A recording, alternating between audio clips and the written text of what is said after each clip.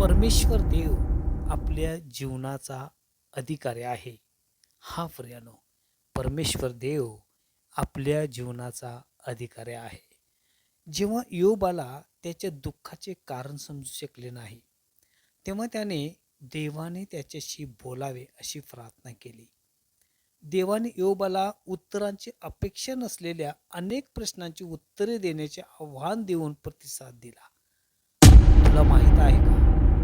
अशा अनेक प्रश्नामुळे योग गोंधळला.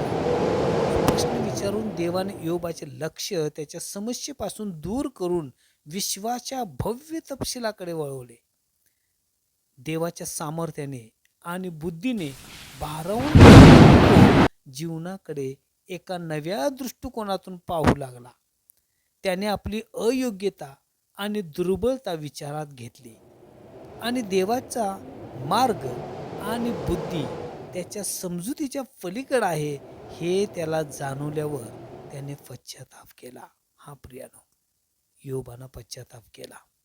जेव्हा गोष्टी आपल्या अपेक्षेनुसार घडत नाहीत, तेव्हा आपल्या मनात प्रश्न आणि शंका निर्माण होतात.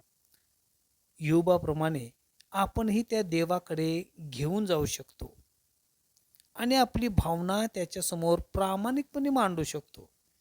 आपल्याला कदाचित देवाचा आवाज आकाशातून गडगडाट करता ऐकू येणार नाही, पण जेव्हा आपण आकाशात उडणारे पक्षी, अंगणात झुलणाऱ्या झाडांच्या फांद्या आणि रात्रीच्या आकाशात चमकणारे तारे पाहतो, तेव्हा आपण खात्रीने जाणतो की या सर्वांची काळजी घेणारा देव आपल्या जीवनावर नियंत्रण ठेवून आहे.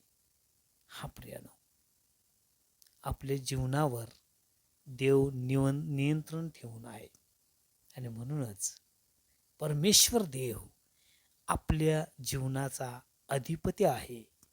हा प्रियानो, आपल्या जीवनाचा अधिकारी आहे.